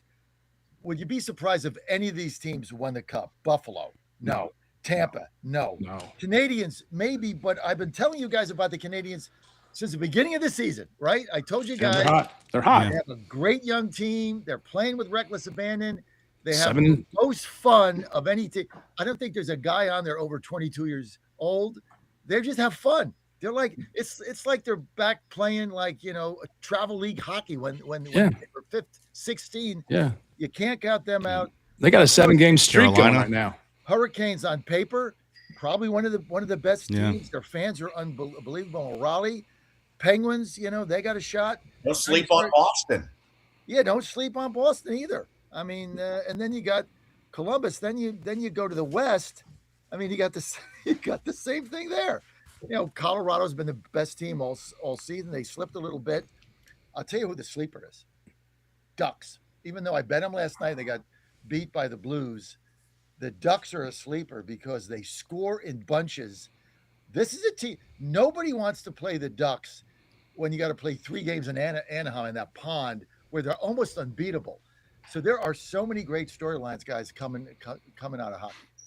Yeah, and hey, like I said, I mean, in the West, Edmonton. I mean, you know, they maybe they haven't had the impressive regular season as in previous years, but they've made it to the last 2 Stanley Cup Finals, and they've tasted it. They've gotten so close, and you know, could this be their year? Mm-hmm. So there's a lot of great storylines. Yeah. Hockey's great. Yeah. Well, tough to. You can find our picks up on today, or mine anyway. I think I'm the only hockey handicapper here. I've had a great run this season. Just go to GodzillaWins.com, GodzillaWins.com. You can get my hockey picks there. I know 3 teams right off the bat that I'm gonna bet today. I love the Red Wings over the Rangers. They're fighting to get in. Rangers are dead. They're just a dead team trying to go home. Minnesota Wild goes to Ottawa. Minnesota's clinched. They don't have anything to play for. Ottawa's on the bubble. I like the Senators at home, and I like Pittsburgh today at home, playing the Panthers, who I just have fallen apart. Pittsburgh, after that defeat the other day, they've played a lot of games in a lot of days. I love Pittsburgh, and then there was one other game that I liked on the card. I think that was it. I like what else? Well, John, I'm just really amazed at how accurate your predictions in hockey are. I mean, it's that's impressive. That you have a philosophy, you stick to it, and it works out well for you. So if for you folks on Godzilla Wins, go follow John's picks. I'm telling you. I bet streaks. I bet the hot teams. I kind of do the same thing in baseball. I bet the Angels last night. They got beat in, I think, the 10th inning, 3-1. But I bet on Ty Detmers, who pitched for the Angels. Just those of you that bet on baseball, I want you to remember this guy's name. He was lights out against the Astros. Angels play horrible defense. They had like 3 errors, but his breaking ball is unhittable. And he did the same thing again last night against a very, very good, whoever they played, Seattle or somebody. Very good team, shut him out for six innings. They ended up getting beaten 10 innings, but MLB and hockey, I bet streaks. If a team is hot, I go with them. And the problem is people, they won 3 in a row. They're going to get cold. I mean, I've won like 10 out of 11 bets on the Sabres. They win, you bet them. Who cares? Who cares who they're playing? Mm-hmm. Teams get hot, you bet them. So those are my picks today, but you can find them up on Godzilla Wins. Go to GodzillaWins.com. So Stanley Cup, win it all. Give me your pick right now. Give it to me cold. Who wants to start? Oh, I mean, you got to go with Colorado from the West, just because they've been so. I mean, if you're betting now, you got to go Colorado. Probably in the East. Gosh, that's a tough. I mean, and I'm trying to take my heart out of this one, but Buffalo just hot. Buffalo and Colorado, it's a ratings disaster, but go with it. Logan? I mean, it's pretty hard not to say go with Colorado, but just to be a little bit different, I'm going to stay in that same central. I'll go with the Dallas Stars. They've also been a really hot team. I mean, they've kind of slid a little bit as of recent, but for the entire year, they've been really good. And then on the East Coast, I'm going to go with the Hurricanes. I mean, the Penguins and the Hurricanes had a really good game like a week or so ago, and that was electric. Oh, my God. Oh, what a game. my God. What a fun game that was, like 6-6. Yeah, it was crazy. It was crazy. Fun game. But yeah, they're a very hot team. They can get very streaky, and their offense can be very, very good. So I'm gonna go with those two. And as of right now, I would have to go with the Dallas Stars overall to win it all. Those are good picks. Vince? Yeah, in the West, I think it's really, you look at it on paper, a 2-horse race, either Colorado or Dallas. Right now, back me in the corner, I'll say Colorado. But remember, until the last couple of years, with the Florida Panthers. The most dominant team in the NHL was the Tampa Bay Lightning. Mm-hmm. And they have got a goaltender that's going to be a Hall of Famer. And I'm telling you, Tampa Bay is a team to watch out in the East. Yeah. And to win it all, Tampa Bay Lightning. Wow. I got the same pick. Exactly. Unbelievable. I like Tampa Bay to win the whole thing. And I like Dallas in the North. I think it's going to be Tampa Bay and Dallas. And the thing is, Tampa Bay has gotten hot right at the end. Mm-hmm. It's almost like, they were kind of figuring it out during the season. And then in the last third of the season, when they have to make the run and they have to get ready for the playoffs, they shifted that thing into fourth gear. And now they're beating everybody. And they score and they have defense. They've got depth. Tampa Bay might be the team to beat. Dan. Yeah, I agree with that. I agree with Coach Vince. And what a world where the dominant teams in hockey play in Florida. I still can't get over that.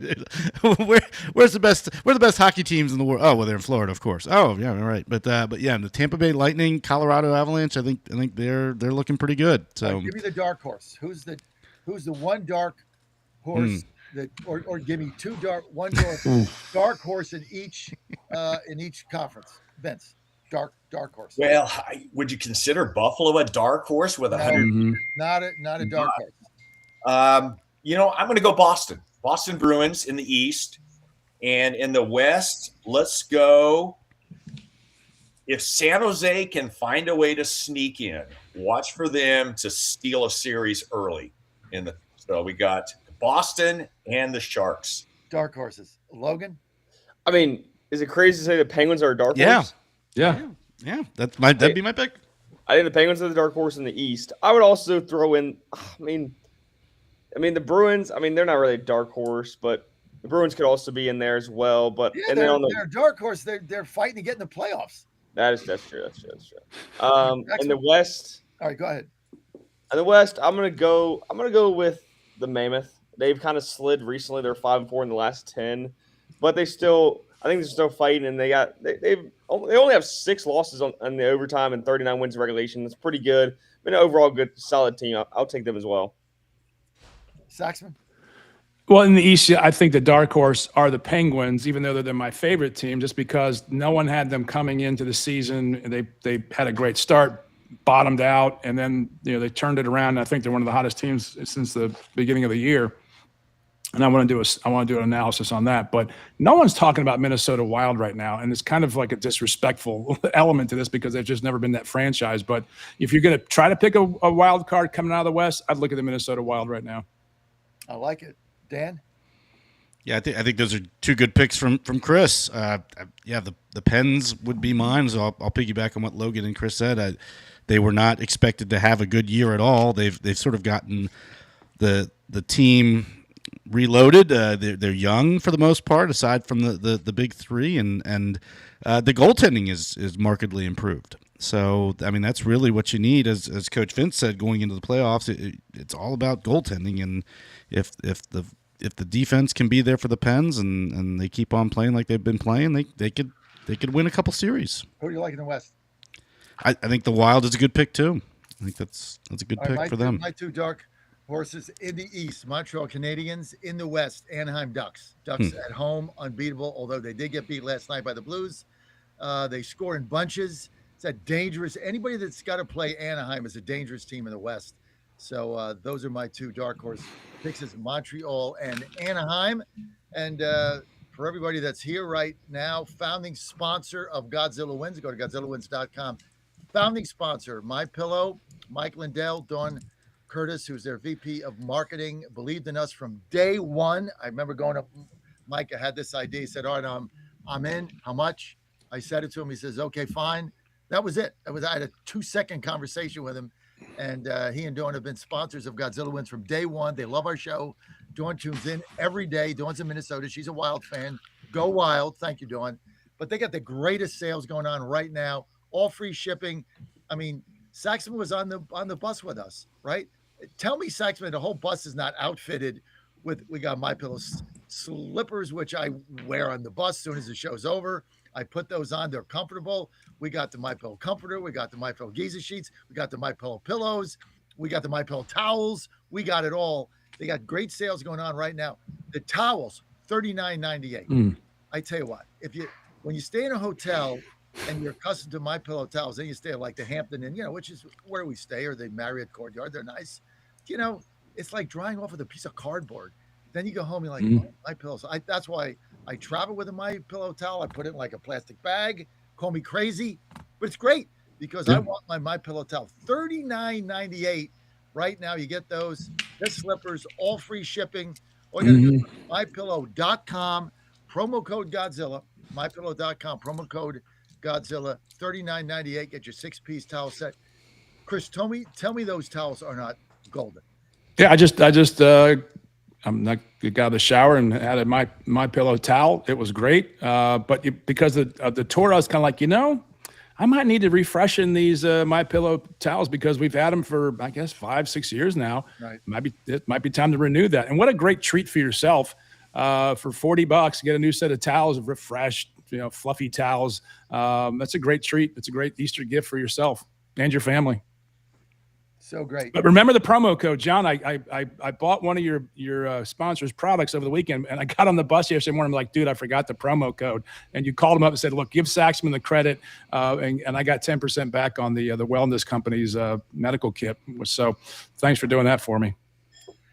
Go to MyPillow.com, promo code Godzilla. MyPillow.com, put in promo code Godzilla. You get your savings there. And you talk about great customer service. Chris ordered the emergency medical kit from the wellness company and comes in at 5:30 a.m. Central. And I got sick. I ordered it. I didn't have it. I just ordered it, but I forgot the promo code. I didn't get my 10% off. I didn't give Godzilla credit. So I texted the CEO at 6:30 Eastern. By 7:30 in his account, he got an email with his 10% refund back to his card. See, that is customer service, baby. You can't do that, Chris. When I first saw it come across my phone, we were sitting there next to each other on the air, and I'm like, what? They refunded my purchase. I'm like, did they deny my purchase? And I saw it. And I was like, oh, it's the 10% because I didn't see the entire. I just saw the numbers and didn't. I had to look down and take a look at it more closely. Yeah, but to have it turned around that quickly was impressive. It's an impressive company, and I think if you go on the website, take a look around at what all the medications they have in that kit. If we'd have had it on our vacation when we were out of country, it would have saved us about $600. I came home and told Michelle, she's like, yeah, that would have saved us a lot of money. So it's a cost saving move, if nothing else, just to have it in your cabinet at home. But when you travel, you got to have it. I'm never going to leave home without it. This is like my new, what was that card? Was it the American Express? Don't leave home without it. Yeah. Don't leave home without this thing. If you're on the road, because when you're on the road hobbling around airports and hotels and that kind of stuff, or if you know someone who does travel for a living, definitely this is a great gift to get them, and at 10% off, it's an amazing cost savings. So we can get we can do these two promos back to back. Go to twc.health/Godzilla, put in promo code Godzilla, going to get yourself 10% off. Medical emergency kit, like Saxman says, or the contagion emergency kit. Do not leave home without it, because Ann got sick last night, or she was sick when she got back from Dallas, and she's like, where's the medical emergency kit? Because you travel with one. Where's the contagion kit? Okay, I brought them both. So I brought them both, and so she didn't have anything. So she's like, where's my contagion kit? And I'm like, well, I'll be home tonight. I have it. So you want to get that, travel with it, as everything is there. It's going to help you out immediately. Go to twc.health/Godzilla, put a promo code Godzilla, and you're going to get yourself 10% off. Okay. John, hey, speaking of travel, how come you didn't send Logan Powell to Las Vegas this week to cover the Crown basketball tournament? Today we got West Virginia and Creighton. What's going on here? Barn burner. I know. It's a sore subject because Jack wanted to do it, and Jack sent me an email and said, "Hey, Dad, we need to send Santana and Trent there." And I was at CPAC, and it was busy, and I was having some issues with something else going on, And I'm like, I really, I don't know. So I never really responded back. And he's like, hey, you didn't respond. Time's running out. So, yeah, I should have done it and I didn't. And then we were just busy and it fell through the cracks. Well, if you ever need somebody to fill in and it's a West Coast mountaineer correspondent, keep me in mind. Keep me in mind. Well, you couldn't go because you still got the baseball team playing. Hey, I can work around my schedule. God. Vegas is calling. I will find a way. I'll know for the future. You can send Logan and me to pinch manage in Vince's place. We'll do the signals. You're anchored to Richmond for the time being, young man. That's true. We'll do. We can do bullpen. We need bullpen. I could have sent Logan, but yeah, Jack was on my butt to get that done. I just didn't do it. So I didn't do it. It was like a pocket veto because I just didn't deal with it. So yeah, sometimes companies have issues. That was one of them. We got some other issues we were dealing with and traveling and whatever. So it's all good. But yeah, I should have done that. So I don't even know who they're playing in Vegas. Playing Creighton. McDermott's last game at Creighton as a head basketball coach. Did he retire? Yeah, he's announced his retirement at the end of the season. Well, he's had a heck of a run at Creighton. Yeah, he's had a heck of a career with McDermott. Yeah. Mm-hmm. And he had his two sons playing for him. Yeah, well, his one son was, I think, National Player of the Year. Yeah. Did he go to the NBA? Is he in the NBA? Yeah, he did. He had a nice little career in the NBA. I think like probably like 10 years. Nice little role player.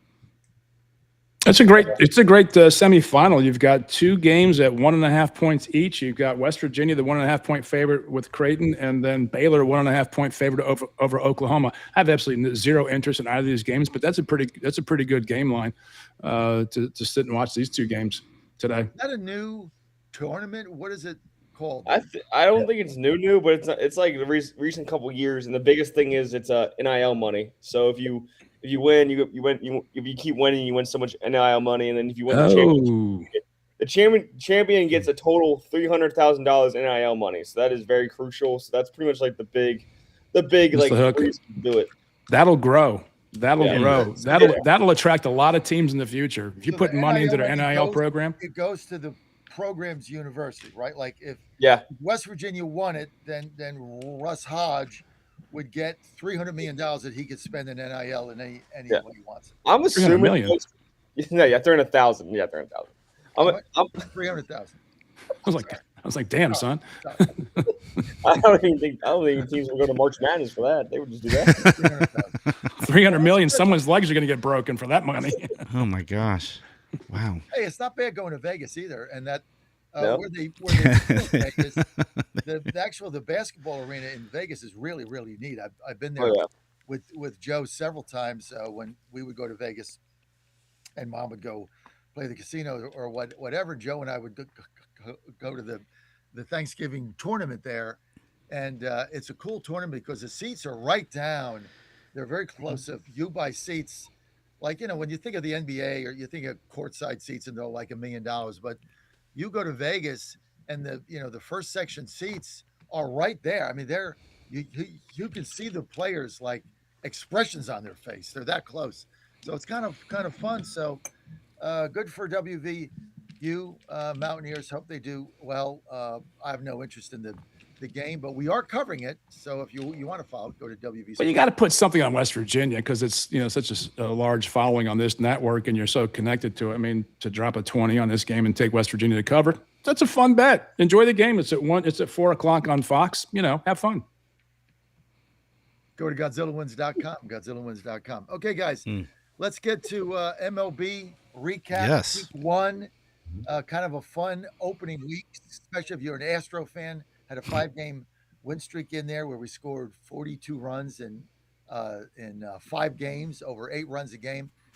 Took it on the chin last night. Javier once again had nothing. But the best news for us, I'll start with my team. The best news for us is the hitting, but the really best news is my favorite player on the team, Lance McCullers Jr., who has been out 3 seasons battling arm injury after arm injury, 2 Tommy Johns. Then he hurt his shoulder. Had one of the best curveballs in the major leagues. Guy that basically won that Game 7 against the Dodgers single-handedly back in the day. Pitched 5 shutout innings. Big fan of his dad, Lance McCullers Sr. Comes back, 7 innings, shutout, 10 strikeouts. Hasn't pitched 7 innings since 2022 in a 4-year period. He's back. So the Astros now, I think they're 5-3, and a couple more games with Oakland. But the big storyline, Pittsburgh and Connor Griffin. And I'll just turn that over to all the Yinzers. Go ahead. No, it's a great storyline because you got this 19-year-old phenom coming up, and I think they paid him $140 million for the next 9 years before he even saw a pitch in the major leagues.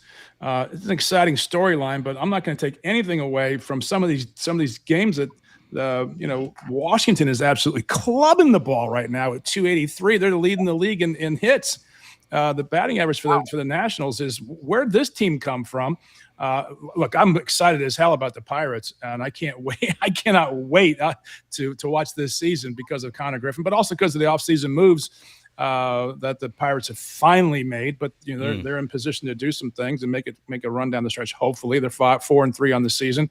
But for the O'Neill Cruz 2 gaffes in the opening game, they might be 5-2 right now. But it's the first season of baseball. Coach knows this all too well. It's got to be, this is the joy of spring in America. You've got the NBA coming together. You've got the March Madness. You've got NHL playoffs. You've got Major League Baseball. You got the draft coming up. And it's just a great time of year. I love it. Love it. Love it.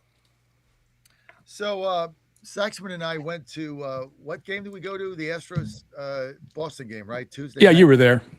Right. Saxman and I was just thinking of what the hell? What the hell? And I went to the Saturday game. So I want to talk about ABS for a minute. I'm a traditionalist, so when it first came out, I hated it. But you hate what you don't know, right? Because I don't like that kind of change. I don't like bigger bases. I don't like anything they've done.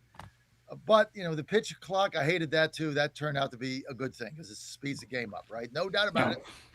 So I didn't like the ABS. But then you get to the game, right? So each team gets 2 challenges, and if both of them fail, you're out. If they're successful, then you keep your challenge. But they do it so fast. Yeah. So I hated it, but then I like it.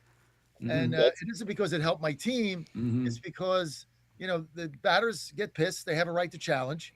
Sure. And it's done immediately. It's not like they go back in the camera and it's like 2 minutes. They put it right up on the scoreboard, and you can see right where the ball is, and they're either wrong or right. Mm-hmm. And it's pretty amazing how the umpires have been right 62% of the time so far in the challenges. It also it gives the fans in the stadium something else to cheer about. Yeah, it's like especially in these tight moments where it's like a 2-2 count or a 3-1 count, and it's like 0.1 difference, and it's a ball. The whole crowd's going insane. They just hit a home run. So it's just exciting. That adds excitement to the game. And also, it's so quick. It's like 10, 14 seconds. It does not add any more else to the game. Right. It's quick. It's exciting. It's worth it because, some of these umpires, we all know, have been absolutely egregious in terms of their calls. And it's holding them accountable. I think the one, CJ Buckner, I think his name, I think he had in one game 6 to 8 calls that were incorrect by him, and they just kept getting it wrong, and he was getting so mad, getting so irritated. But it's going to hold these umpires accountable. They need to actually learn the freaking strike zone, and also it's showing how crazy of an eye these players have. Oh my God, some of these calls are 0.2 inches off, 0.3 off, and they're right on. They're right on it. You're so right. It takes you so deep into, and Coach, I know you want this one. But Coach, to your credit, to be able to coach these players to get to that level of refinement in their skill set and to take the fans into that, it's mesmerizing. I love it. I was hesitant when I first knew they were experimenting with it a couple of years ago in the minor leagues. But after week 1, I'm a believer. And I'm going, they need to do that. The technology in college, it would be great to see that as well, too. But the one thing I I kind of equate it to what's happened with professional tennis, where they're doing the same. They've been doing this with tennis the last few years. And, so if you're at a major, whether it's the Australian Open or the French Open or Wimbledon or the US Open, I mean, the crowd gets into that as well, too, in those tennis matches. And to see how they've taken this to Major League Baseball, you've got probably some of your biggest cheers are going to be during the course of a baseball game, a 3-2 count that could go either way. Pitch, and it's either going to be a walk or a strikeout. And the significance of that call is pretty important when you really break it down to that scenario. I'm a believer. I love it. I love the two. Hey, and you got to be strategic in it too. Is it worth it to possibly burn something early in the game, or you want to save those later in the game? And that's where I think the pitcher, I think if I'm a manager, if I'm Tony Vitello with the Giants, I'm telling my pitching staff, you guys do not do this. This is going to be either the hitter or the catcher makes that call. For the pitcher, you get the whole, well, he hasn't got the best view in the house. The catcher and the hitter has the best view. Well, the pitchers, I love it. The pitchers think everything's a strike. Yeah, exactly. I'm a father of a pitcher. It doesn't matter what he throws. It's like, you had 2 walks. That's right over the plate. What are you talking about? Those were strikes. The ump, my ball moves so much, the ump can't follow it. He sucks. I don't know. Maybe I have to see it on the screen when they dot the thing. But so I get that. But here's a funny thing. So we're at the Saturday game, and the Astros are losing 6-0 to the Angels, right? 6-0. And Altuve's up in the third inning, like 1 out, nobody on, right? Oh, he gets his strike call. He puts it on his head, comes up. Yeah, it was a strike, right? So, it was a 2-0 pitch. Now it's 2-1. The second pitch comes over. He does it again. He's wrong again. So he burned in a 6-0 game. Altuve burns both calls. Both of them were strikes, 2-2. He ends up popping out or flying out. So they ask Espada after the game. It's like, well, how did that make sense? You burn your 2 challenges down 6-0 in the third inning. I mean, isn't that like how does that make sense? And he says, well, it's Jose Altuve. That was right. It's like he wants to challenge it. He's guy's a Hall of Famer. He can do whatever he wants. But you got to be strategic with it. Otherwise, you burn them, and then you don't have it. Yeah, and also, I mean, go back to the players' perspective. Pitchers. I think that there was one pitcher for the Brewers.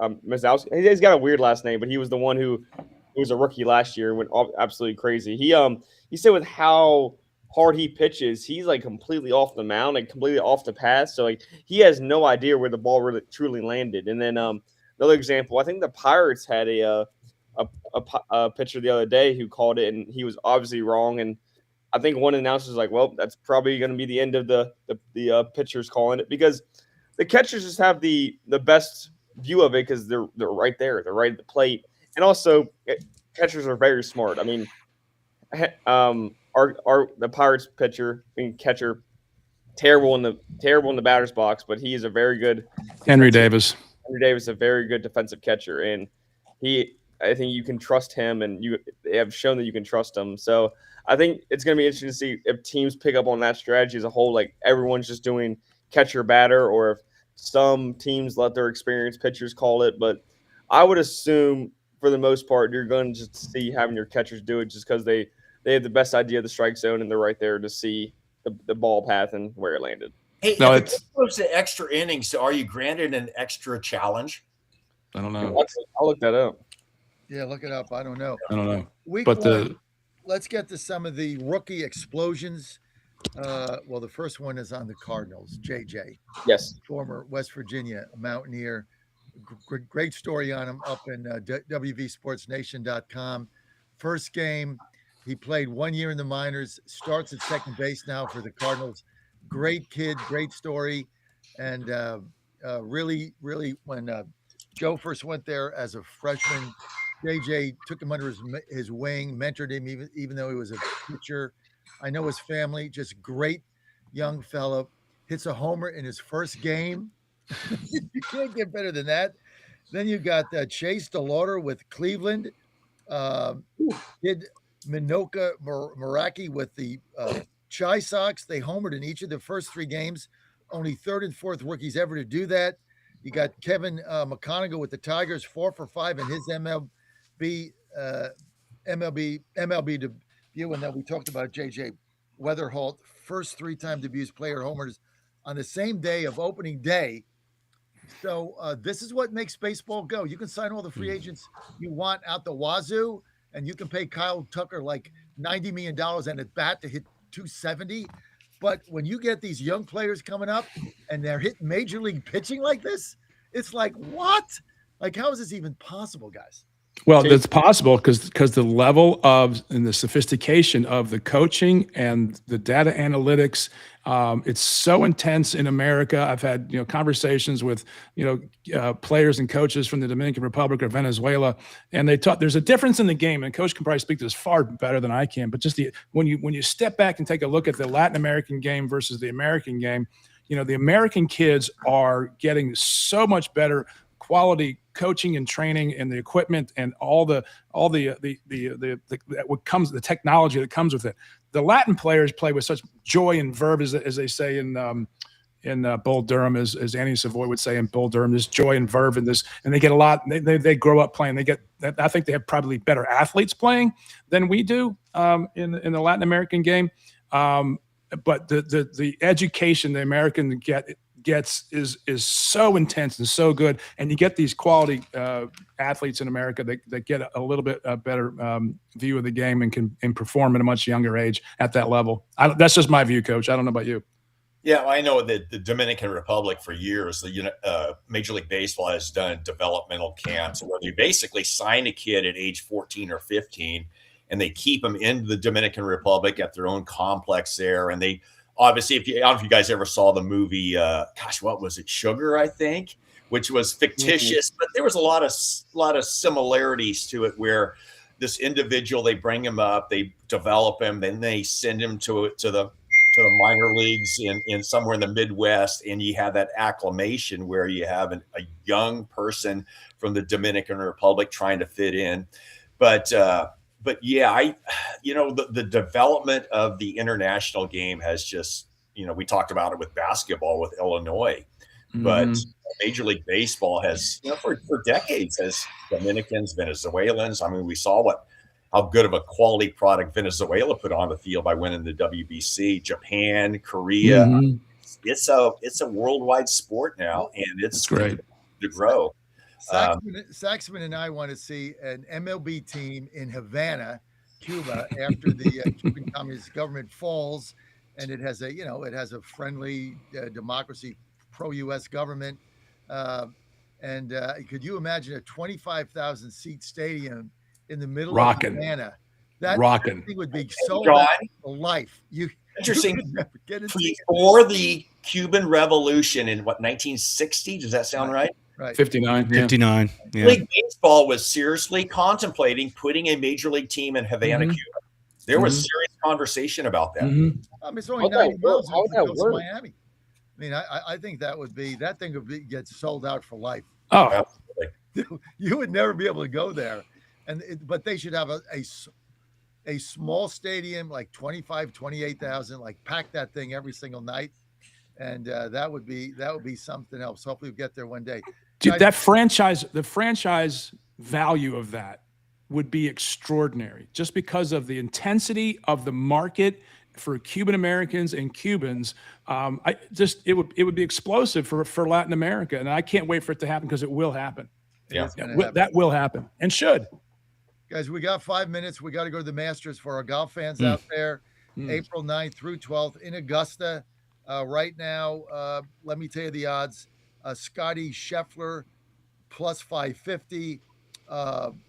Bryson DeChambeau 10 to 1. Close. 10 to 1. Joe Rahm is at 10 to 1. Rory McIlroy still in there.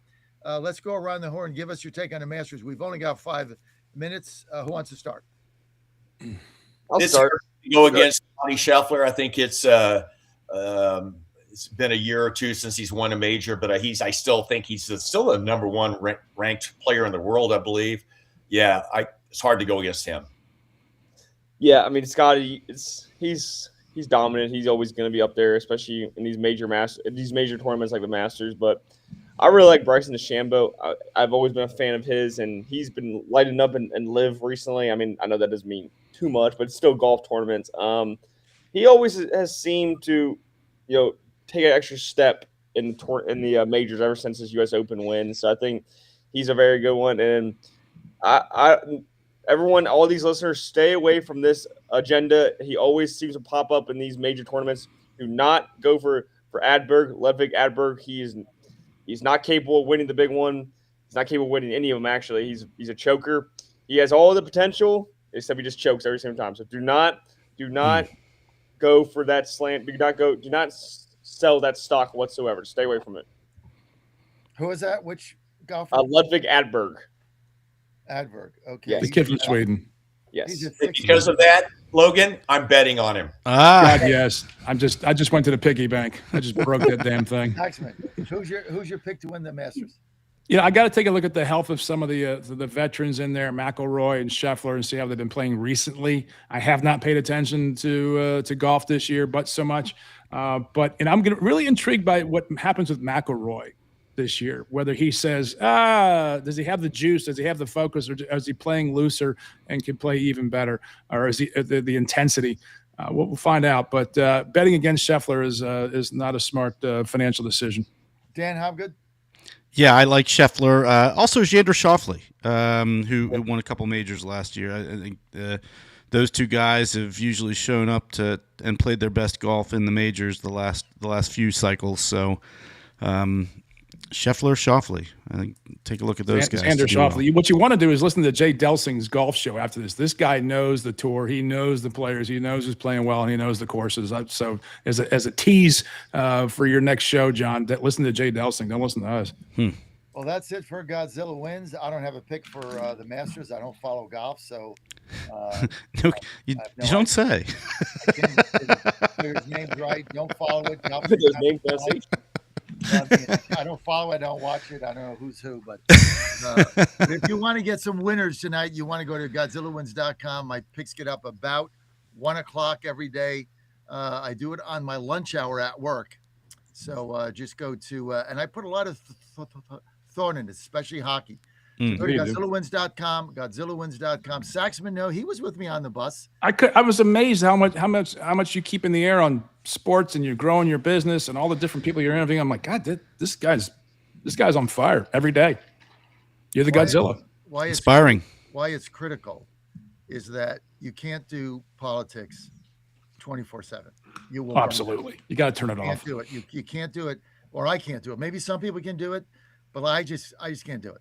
No, I mean, I got to have enough. And what Godzilla Wins brings to me is I have to focus on something else. I get out of it. I don't want to get politics in football. I don't want to get people kneeling. I don't want to get Black Lives Matter on the court. I don't want to get a pride flag. I just want to watch the game. Right. So I escape. Right. And that has been my one biggest beef. Both sides. I don't care if it's, our side or their side or what side. I do it to escape. Right. And it keeps me fresh in something else. Go to GodzillaWins.com. Thank you, my panel, for being with us. Thanks, Al Green, for your work here today. Go to GodzillaWins.com. Everything West Virginia at WVSportsNation.com. Everybody have a great weekend. We will see you next week on Godzilla Wins, 9 to 11 a.m. I'll be back on the air Monday from Washington, D.C., bright and early, 6 a.m. Me and Dan Hobgood. That's right. That's right. Go Cougs. Go Cougs. Yeah, Coach Vince. Have a great weekend. Jay Delsing next.